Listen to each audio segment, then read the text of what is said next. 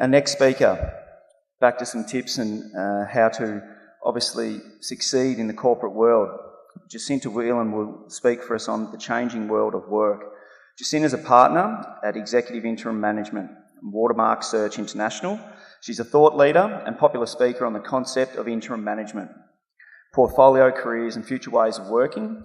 Jacinta has more than 20 years' experience starting and leading interim business in Hong Kong, New York and Australia.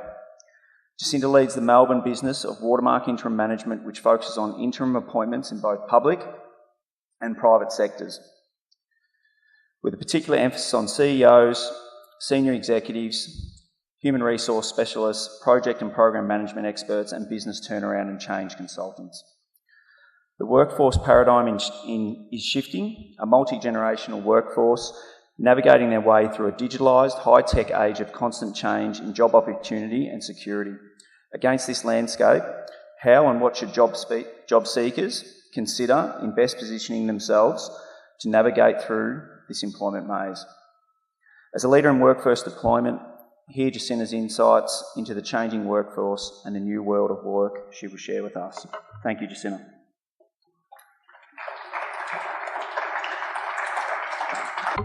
Thank you. I'm delighted to be here. Tonight, actually, we're going to talk about how we all find a job, why it's changed, why it's topical, why now.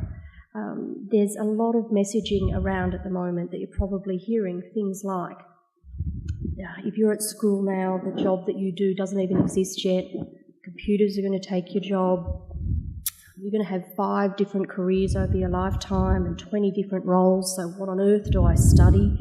You're hearing that universities are not teaching you correctly, you're going to have a more micro-credential type lifelong learning. You're just constantly getting this barrage of, what am I going to do? You know, that's where it comes back to. The world's changing. So tonight I wanted to unpack that a little bit and look at it from the macro point of view, and then understand why now, and then move on to what does it mean for each of us, for every generation. So what does it mean for the younger people in the room? What does it mean for the X's, the Y's, the Gens, every generation across the workforce? To start the conversation, we really have to go back to the old paradigm, and here's one I prepared earlier. The model that I've drawn over there is the industrial era model. So that triangle that you can see is the basis of how organisations have been structuring themselves for a long, long time. If the industrial era started back in 18th century England, but is more well known by all of us from Henry Ford's production line. So I'm sure if Henry Ford was here tonight, he would be chuckling to himself that organisations and how we work is still structured around his model, which was really relevant at the time. It worked for the demographics, it worked for life expectancy, it worked for the geographies of that era, but it doesn't work now.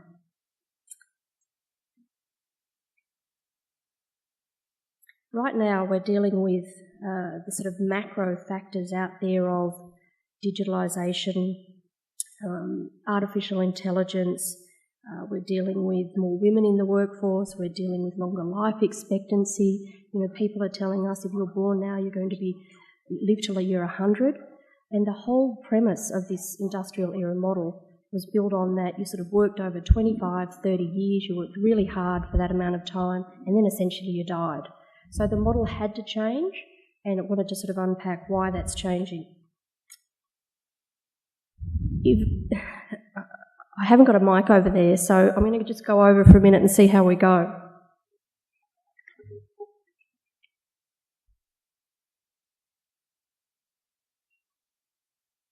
If you look at the old model, which is back here, what happened over time, and there was a sort of a social contract that said we can do things better as organisations and as a society.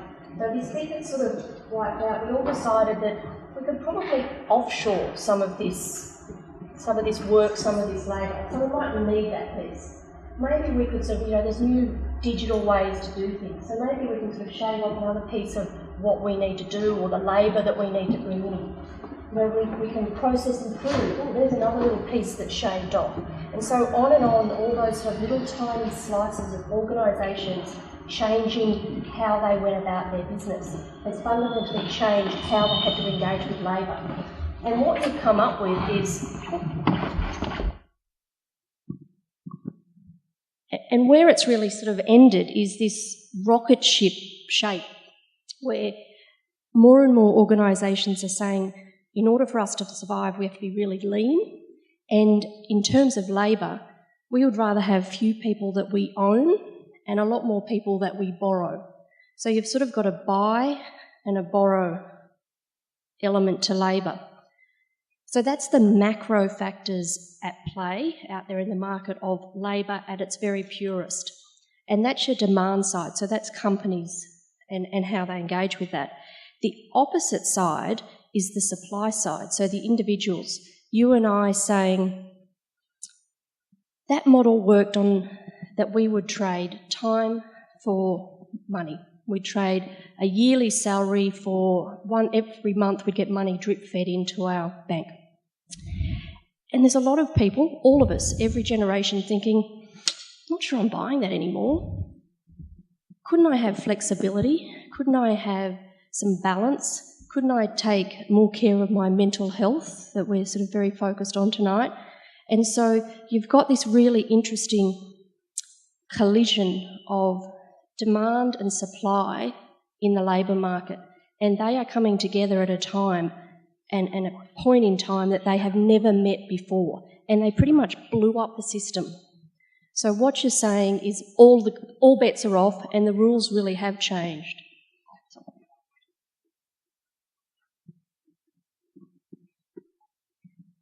So that's sort of the macro side of things, and I wanted to bring it back to sort of what it means for individuals and for you. We're all a bit more prepared for this than any of us realise or give ourselves credit for. So there's that messaging that's coming from the market of, you know, it's all changed and none of us know what to do or how to cope with that. And I would argue, seeing it and seeing the skills of people out there every day, that we actually do know and we are a lot better prepared. Everyone out there essentially knows or has experienced through your parents or through yourself that you're not going to have one job for life. This concept of trading 30-year career just doesn't exist anymore. Everyone knows that we're going to be working longer because of life expectancy. So we've all got that knowledge within us. We're all not really scared of gigs. There aren't many people who don't have essentially a side gig of some sort going. And that could be, an example might be, say, you're a graphic designer. You might work 3 days for an ad agency, you've got some freelance work from Etsy or from Fiverr coming through, and then you're a DJ on the weekend. So this concept of a slashy career, I think, is the term that's sort of been embraced, is not new, and it will only continue to rise. Another example might be a computer programmer where you work on a contract basis. You might get a contract or a gig for 8 months, and then for 3 months you go and help in a charity in Africa or whatever your purpose and passion is. And then, you know, to supplement that, you might teach rock climbing on the weekends as well. So we're going to be much better at this combination of purpose and passion and money. In the past, work was all around that money trade. And I think where it's going for all of us is really going to be to combine those over a longer time frame, and it aligns with what people are wanting. So it's really important to sort of know that it's not all big bad company forcing this. There's a really strong supply driver that says all of us are crying out for this as well. In terms of the tools you've already got and the tools that you are going to need for the new way of working, the younger generation get this so intuitively, and the rest of us are probably trying to catch up. But they know about the gig economy. They know to have a couple of different balls in the air. They know how to collaborate. At school, you're learning it. In your sports groups, you learn about collaboration and the power of the team. And that's going to be really powerful in the sort of gig economy going forward.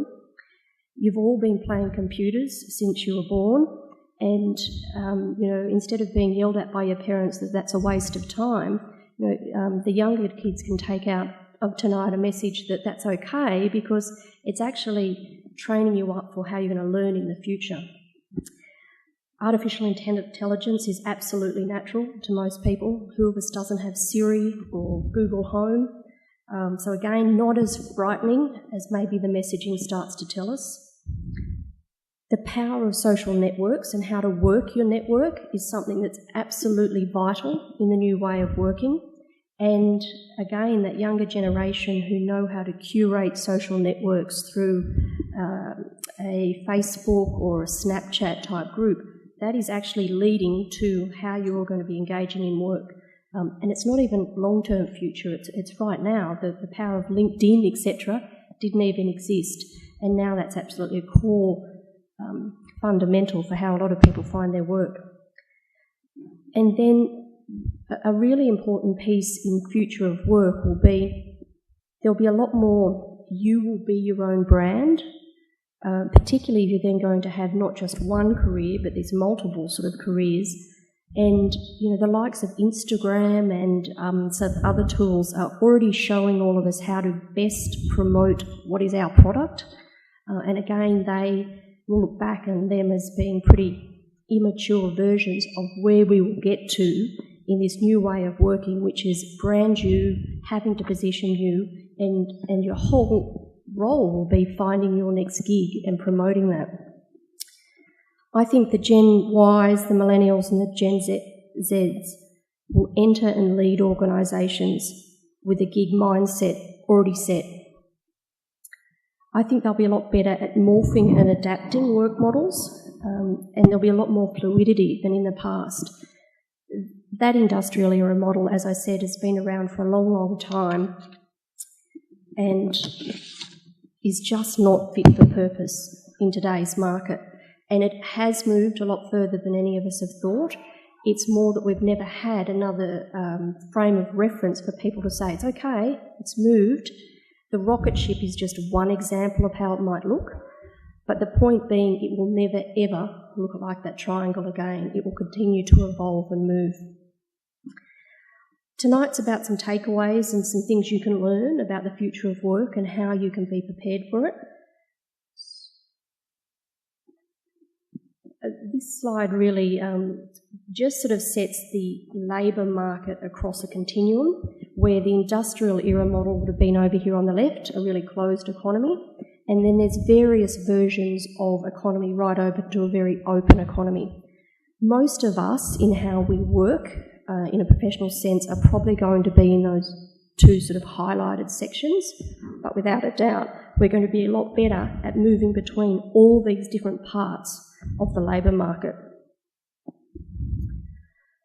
Some of the best data that you can look at home or review is the foundations of all of this come from Peter Drucker and the likes of Charles Handy back in the 60s and 70s, who were already talking about business models and the portfolio career and the gig economy well before their time.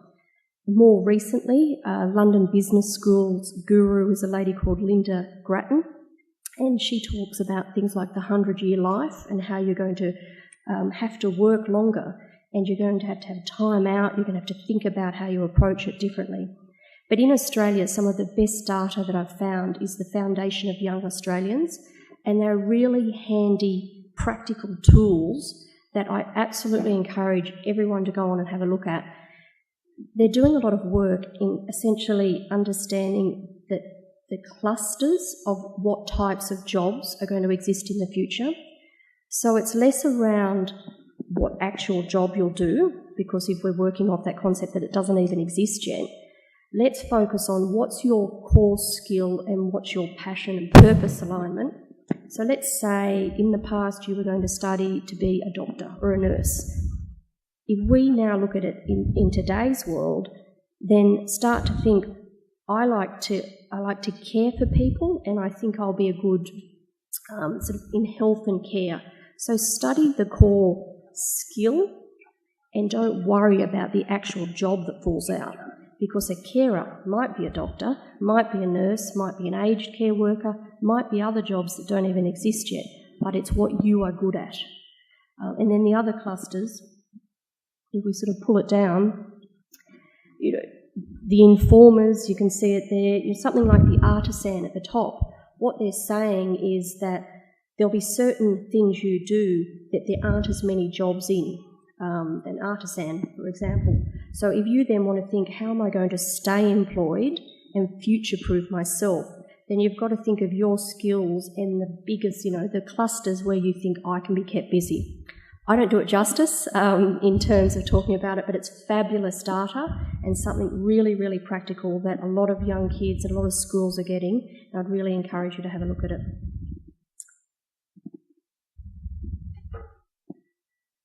I'm going to leave you with just a sort of a comparison of the old paradigms versus the new, some of the key words around that. And there's a lot of complex interplays, there's a lot of theory, etc., that underpins the simplicity of what is, how do we all engage with work. But I do think that Henry Ford, sitting here, would say, my model is clearly not right for this day and age.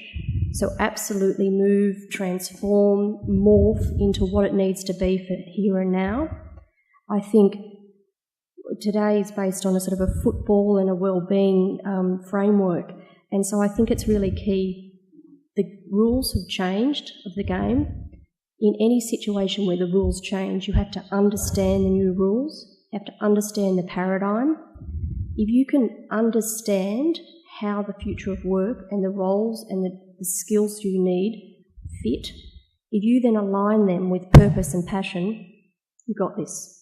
It's really not as scary as some people suggest it might be. And I could talk about this all night, but I'm going to leave you with that thought. I really do think I've got absolute faith in the younger generation will lead this in a way that the rest of us will sit back in awe and think they had this right from the beginning. Thank you.